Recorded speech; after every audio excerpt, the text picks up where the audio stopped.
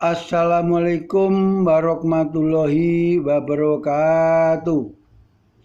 A'udzubillahi minasyaitonirrajim. Bismillahirrahmanirrahim. Alhamdulillahirabbil alamin. Wassalatu wassalamu ala asrofil anbiya'i wal mursalin Sayyidina wa maulana Muhammadin wa alihi washabihi ajmain. Asyhadu alla ilaha illallah wa asyhadu anna Muhammadar Rasulullah.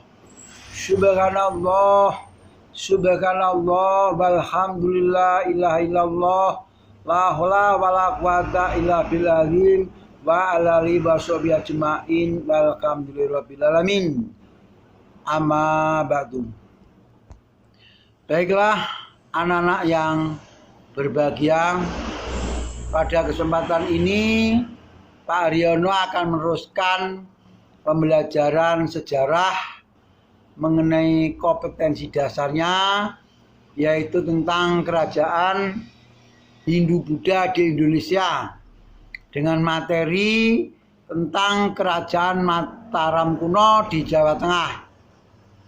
Sebelum memulai pembelajaran, marilah kita berdoa menurut agama dan kepercayaan masing-masing. Berdoa mulai.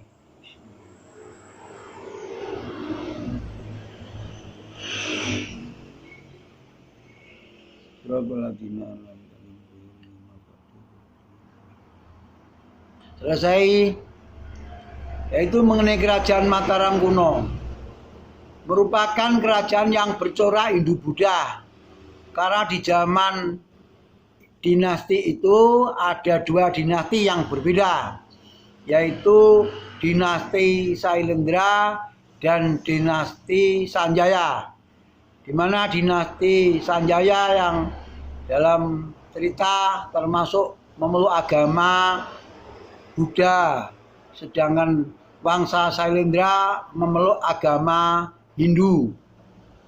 Berdasarkan Prati Canggal yang berbunyi Sruti Indriya Rasa yang melambangkan angka tahun 654 tahun Saka atau diganti dengan tahun Masehi menjadi tahun 732 Masehi. Pada abad ke-7 itulah kerajaan Mataram kuno di Jawa Tengah sudah mulai ada. Mengenai peninggalan prasasti sebagai bukti tertulis diantaranya adalah prasasti Sojomerto. Adalah prasasti yang ditemukan di Desa Mojokerto, Kabupaten Batang, Jawa Tengah. Ditulis dalam bahasa Melayu kuno menggunakan huruf atau aksara Kawi pada abad ke-7, tetapi kemudian diubah atas dasar paleografis hingga abad ke-9. Prasasti itu bersifat siwais, berbicara tentang kepala keluarga bangsawan bernama Dapunta Sailendra, putra Santanu, dan Badrawati suami Sampula. Menurut Profesor Bukhari berpendapat bahwa Dapunta Sailendra adalah nenek moyang Sailendras, sebuah keluarga berpengaruh yang nantinya akan memerintah kerajaan Mataram ini. Prasasti itu diukir pada batu andesit selebar 43 cm, tebalnya 7 cm, dan tinggi prasasti 78 cm. Isi prasasti yang masih menggunakan bahasa Sanskerta sebagai berikut. Riayon Sri Sata Akoti Namah Sivaya Batara Para Mesa Rasarva Daiva Kusamwahya Mih Inan Is Andap Daputi Salendra Namah Santanu Namanda Bapanda Badravati Namanda Ayanda Sampula Namanda Divinda Salindra Namah Mamagapasar Lempewangi. Nah, itu tentang isi prasasti yang dengan menggunakan bahasa Sanskerta.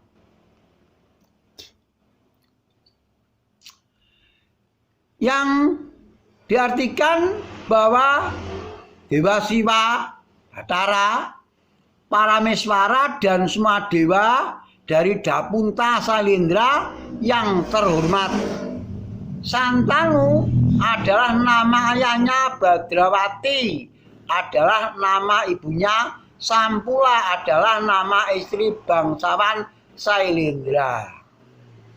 Karena itu dalam prasasti itu menyimpulkan bahwa keluarga Dapunta Sailendra menetap di pantai utara Jawa Tengah, berbicara Melayu kuno, dan bahwa mereka adalah Hindu Siwa. Berikutnya adalah prasasti Kalasan, yaitu prasasti yang bertanggal sekitar 700 tahun Saka atau 778 Masehi, yang ditemukan di Desa Kalasan, Kabupaten Sleman, Yogyakarta. Prasasti itu ditulis dalam bahasa Sanskerta dengan aksara Pranagari. Ini adalah prasasti pertama yang ditemukan di Indonesia yang menyebut nama dinasti Sailendra sebagai Sailendra Wamsa. Prasasti itu menyebutkan tentang guru sang raja, Sailendra Wamsatilaka, permata keluarga Sailendra yang berhasil membujuk Maharaja Tejapurnapana Panangkaran. Di bagian lain prasasti itu juga disebut Karyana Panangkaran, untuk membangun sebuah bangunan suci untuk Dewi Bodhisattva Dewi Tara dan juga membangun wihara untuk para biksu Buddha dari ranah keluarga Sailendra. Panangkaran menganugerahkan Desa Kalasa ke Sangha Komunitas Biara Buddha. Kue yang didedikasikan untuk Tara diidentifikasikan sebagai Candi Kalasan. Isi prasasti Kalasan dalam bahasa Sanskerta, Yataraya Yamitaduh Kabavadi makna lakom filokya Vidivatri Vidair Upayai Sapah Sarendra Nara Lokawi Budita Saram Tara Disatva Bimatam Jakbolara Avarija Maharajam Diyah Pancapanam Panamkaranam Sailendra Raja Guru Bistara Bapanam Hikaritam Srimat Gurvayatna Kertanas Tara Dewi Kertapati Tat Bavanam Vinayama Hayana Bidam Panamam Capyaya Biksunam Pangkurata Vanatiri Panamabir Adesa Sastri Brijatna Tarapavanam Karitamidam Mapi Tapi Arya Biksunam. Itu diantaranya prasasti yang disebutkan di atas itu memiliki arti tersendiri. Jadi setelah melihat semua makhluk di dunia tenggelam dalam kesengsaraan, ia mengambil dengan 3 pengetahuan sejati. Yatara yang menjadi satu-satunya bintang panuntun untuk pengarahan di dunia dan ranah para dewa. Sebuah bangunan suci untuk Tara yang benar-benar indah diperintahkan oleh para guru Raja Sailendra setelah mendapatkan persetujuan dari Maharaja Yah Pancapana Panamkarana atas perintah guru sebuah bangunan suci untuk Tara telah didirikan dan juga sebuah bangunan untuk para biksu mulia yang terampil dalam ajaran-ajaran Mahayana telah didirikan oleh para ahli. Bangunan Tara serta milik para biksu mulia telah didirikan oleh para pejabat yang ditugaskan oleh raja disebut Pangkuratavana-tiripa. Sebuah bangunan suci untuk Tara telah didirikan oleh para guru Sailendra, raja di kerajaan yang sedang tumbuh permata ornamen dinasti Sailendra. Itu. Maharaja Panangkaran membangun sebuah bangunan suci Tara untuk menghormati gurunya yang telah berjalan selama 70 tahun. Desa Kalasa telah diberikan kepada Samha setelah memanggil para saksi orang-orang terkemuka penguasa desa yaitu Pangkuratavana-tiripa. Sedekah bura yang tak tertandingi diberikan kepada Sangha oleh raja seperti Singa, Raja Simha, oleh raja-raja dari dinasti Sailendra dan para penguasa berikutnya. Ya, itu mengenai terjemahan dari Prasasti Hasan. Berikut ini Prasasti Mantiasih. Kalau Prasasti Mantiasih itu berangkat tahun 828 Saka. Bagian yang memuat silsilah dinasti Raja-Raja Sanjaya. Ya. Dalam Prasasti Mantiasih itu juga tertuliskan dalam bahasa Sanskerta. Di antaranya adalah sakrah yang ta rumuhun sira basa ing wanua sang nadyan kadatwan sang nagalagah o haman sung tumanggung susuk sang tungkeng wanwan dana kandilandap nyan paksa capata kamu rayang ratu muhun rimdang ripoh pitu Rakein Mataram sang ratu Sanjaya Sri Maharaja Panangkaran Sri Maharaja Panunggalan Rakewara Sri Maharaja Garung Sri Maharaja Pikatan, Sri Maharaja Kayuwangi, Sri Maharaja Rakewatu Malang, Sang Rika Landap Nyan Paka, Pata Sri Maharaja Rakewatu Pura Dyah Balitung, dan Sri Maharaja Dyah Wawa. Itu. Jadi isinya mengenai silsilah raja-raja dinasti Sanjaya. Di antaranya yaitu Sri Maharaja Sang Ratu Sanjaya, Sri Maharaja Rake Panangkaran, Sri Maharaja Rake Panunggalan, Sri Maharaja Rake Wara, Sri Maharaja Rake Garung, Sri Maharaja Rake Pikatan, Sri Maharaja Rake Watukura Dyah Balitung, Sri Maharaja Rake Dyah Tulodong, dan Sri Maharaja Rake Daksutama Baubadra Prati Pasak saya. Dan kemudian yang terakhir adalah Sri Maharaja Rake Dyah Wawa. Itu yang disebutkan dalam Prasasti Mantiasih. Ya. Jadi mengenai Prasasti Kedu itu hanya menceritakan bahwa Raja Sana sebagai Raja Mataram itu setelah meninggal tidak punya keturunan. Karena itu untuk menggantikan Raja Sana adalah keponakannya. Jadi adik atau anak Sanaha. Anak Sana itu adiknya Raja Sana.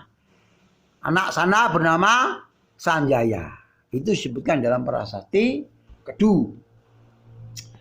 Kerajaan Mataram kuno atau disebut Mataram Hindu Buddha merupakan sebutan untuk dua dinasti, yakni dinasti Sanjaya dan dinasti Sailendra yang berkuasa di Jawa Tengah bagian selatan. Dinasti Sanjaya bercorak Hindu atau Buddha didirikan oleh Sanjaya pada tahun 732. Beberapa saat kemudian dinasti Sailendra yang bercorak yaitu Hindu dan juga sebagian ada rakyatnya yang meluk agama Buddha Mahayana. Ya, jadi itu mengenai dinasti Sailendra itu rajanya yang terkenal adalah Raja Sailendra, Raja Banu, Raja Wisnu, Indra, Samaratungga dan Balaputra Dewa. Itu. Dinasti Sailendra diduga berasal dari daratan Indochina, bangsa Cina dan kerajaan Asoka. Sekarang Thailand dan Kamboja. Dinasti ini bercorak Buddha Mahayana di sana, didirikan oleh Banu. Pada era awal Mataram kuno, dinasti Sailendra cukup dominan dibanding dinasti Sanjaya pada masa pemerintahan Raja Indra itu. Sailendra mengadakan ekspedisi perdagangan ke Sriwijaya. Ia juga melakukan perkawinan politik putranya, ya, yaitu Samaratungga dinikahkan dengan Dewi Tara, putri Raja Sriwijaya. Sailendra menyerang dan mengalahkan Chenla atau Kamboja.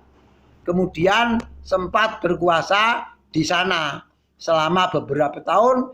Peninggalan terbesar dinasti Sailendra adalah candi yaitu Prambanan yang selesai dibangun pada masa pemerintahan Samaratungga.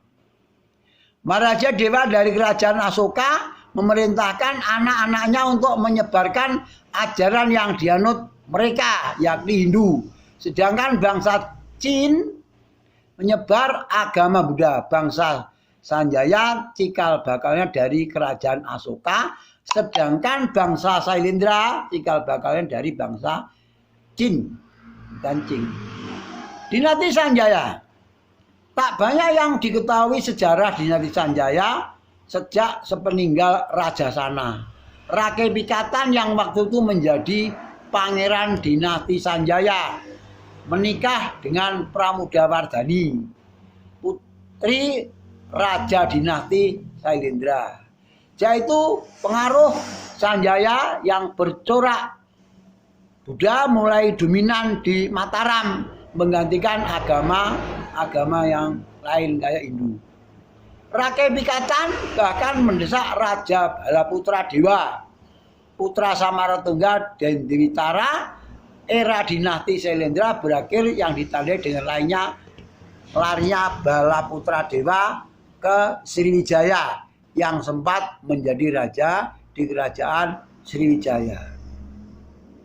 Kemudian Rakai Pikatan Sri Pramudawardhani itu lah yang merintis pembangunan Borobudur, ya, Candi Borobudur.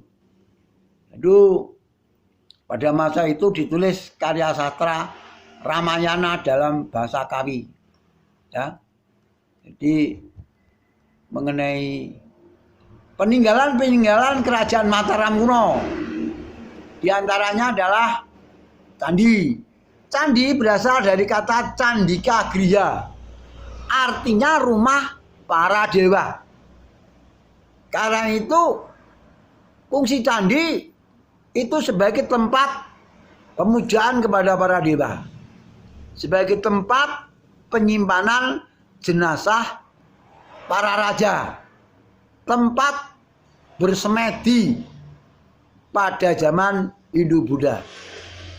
Candi peninggalan kerajaan Mataram kuno yang bercorak candi Buddha adalah Candi Borobudur, Candi Mendut, Candi Pawon, Candi Plaosan, Candi Sambisari, Candi Sewu, dan lain sebagainya.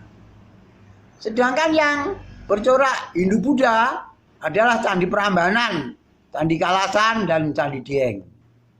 Di antara candi-candi Buddha yang terkenal adalah Candi Borobudur. Borobudur itu berasal dari istilah Bumi Sambara Budara, yang artinya 10 tingkatan untuk mencapai nirwana menurut kepercayaan orang-orang Buddha. Pada Candi Borobudur terdapat 3 tingkatan. Pada tingkatan yang paling bawah itu namanya adalah Kamadhatu. Pada bagian tengah adalah Rupadhatu, dan pada bagian yang paling atas adalah lapisan tingkatan Arupadhatu. Pada lapisan Kamadhatu itu tidak ada relief sama sekali, patung juga tidak ada, stupa juga nggak ada, patung Buddha juga nggak ada. Itu melambangkan belum adanya kehidupan di dunia ini.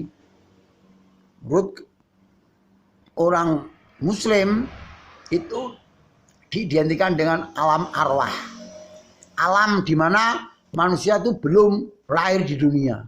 Kita tuh nggak ingat alam arwah itu kayak apa. Kita tahu-tahu tuh ingat di alam dunia sudah ditimang-timang oleh ayah ibu kita. Itu. Jadi paling tengah adalah tingkatan Rupadhatu. Itu sudah ada relief cerita tentang Siddhartha berjuang sampai mencapai menjadi sang Buddha, itu ada di situ bisa. Arta kelompok manusia yang sedang memikul sesama manusia untuk dibawa ke seorang resi atau pawang. Kalau saiki digawe Mbah Dukun, itu ada di situ.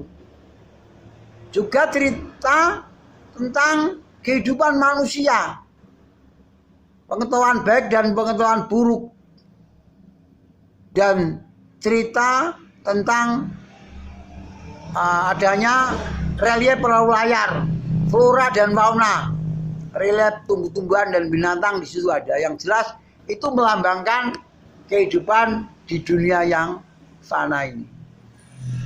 Karena itulah anak-anak, dalam kehidupan dunia itu ya beraneka ragam jenis manusia. Kalau kita bayangkan dunia sekarang ini, orang tuh wah usahanya golek sandang panus tidak karu-karuan.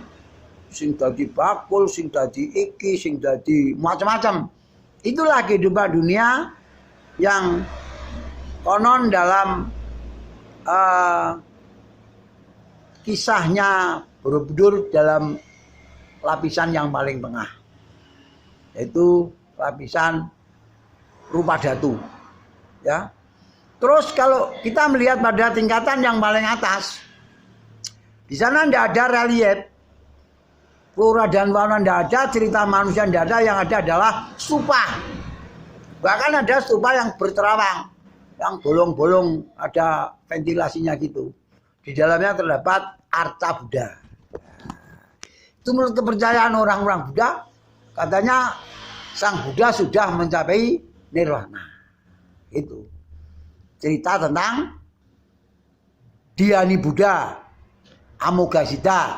Nah, yang model tangannya kayak orang semedi begini. Ada Dhyani Buddha Ratnasambhava yang sedang menolak bahaya kayak gini tangannya. Ada yang tangannya ini Dhyani Buddha Amoghasiddha yang seperti ini. Tangan ini rumah ini sedang memberikan rezeki.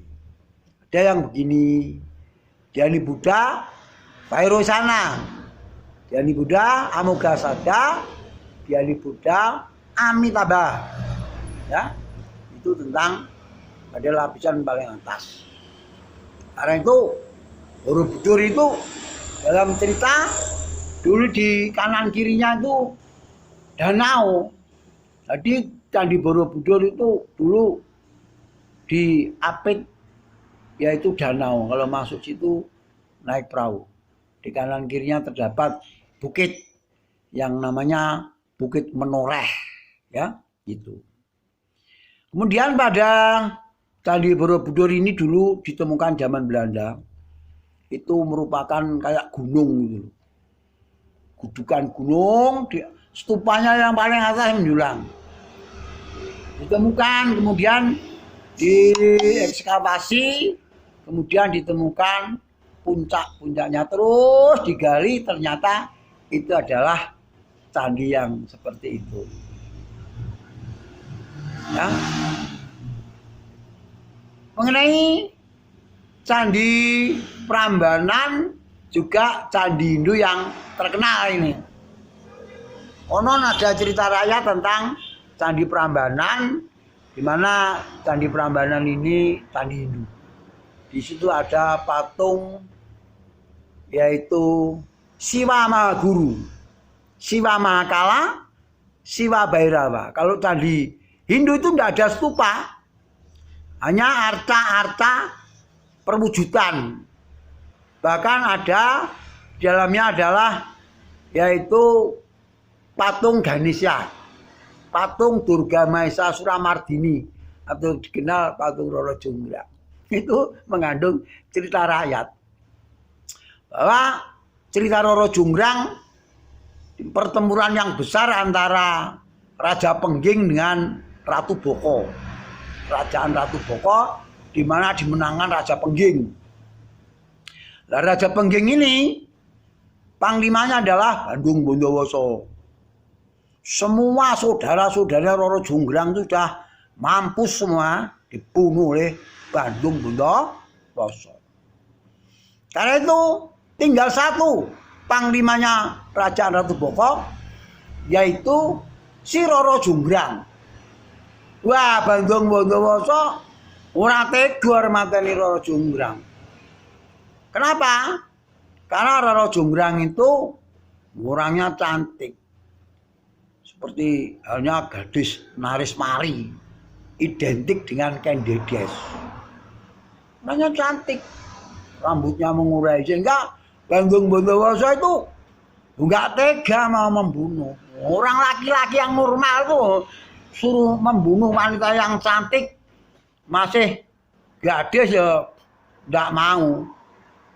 Ya akhirnya rencananya akan diambil istri. Ya, Roro Jonggrang, kamu sambil istri. Panglima sudah habis, tinggal Roro Jonggrang dilobi untuk berkeluarga bersama. Gitu. Roro Jonggrang tuh mau menolak secara halus. Saya mau Bandung Bondowoso, asal saya dibuatkan harta sejumlah 1000. Waktu semalam Bandung Bondowoso siap, oke, saya buatkan harta 1000. Yang akhirnya harta itu dibuat semalam.